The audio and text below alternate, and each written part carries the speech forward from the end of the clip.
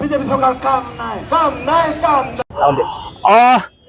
2014 চনৰ পৰা বিজেপি দল আৰু চৰকাৰে কায়ামকে ধৰি 6 জনগোষ্ঠীক জনজাতিকৰণৰ প্ৰতিশ্ৰুতি প্ৰদান কৰি আহিছিল আৰু প্ৰত্যেকটো নিৰ্বাচনতে তেওঁলোকে ভোট লৈ চৰকাৰলৈ আহে আৰু ক্ষমতালৈ আহি তেখেতসকলে প্ৰতিশ্ৰুতি পাহৰি যায়। গতিকে এই প্ৰতিশ্ৰুতি আৰু প্ৰতাৰণা বহুত হ'ল।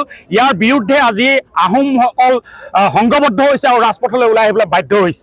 গতিকে 2025 চনটো ডেডলাইন আৰু 2025 চনৰ ভিতৰতে আমাক জনজাতিকৰণ লাগিব, হয় ৰঙামাটি নহয় গুৱাহাটী।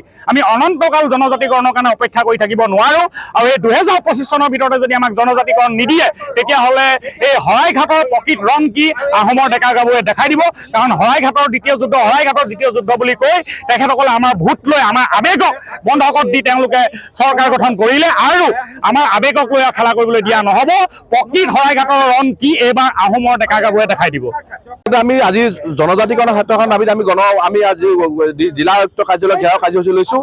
ইয়াৰ যোগেদি আমি ডক্টৰ হিমন্ত বিশ্ব শৰ্মা আৰু নৰেন্দ্ৰ মোদী অমিত শ্বাহক আমি বুজাই দিব বিচাৰিছোঁ যে 25 চনৰটোৱে আমাৰ ডেডলাইন।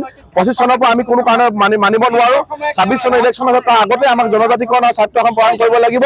অন্যথা কিন্তু আমি বিজেপি চৰকাৰক এই আমাক প্ৰতিৰোধ কৰিবলৈ বাধ্য থাকিম আৰু যিকোনো প্ৰকাৰে আমি ডক্টৰ হিমন্ত বিশ্ব শৰ্মাক গাদীৰ পৰা উঠাবলৈ যত্ন কৰিম।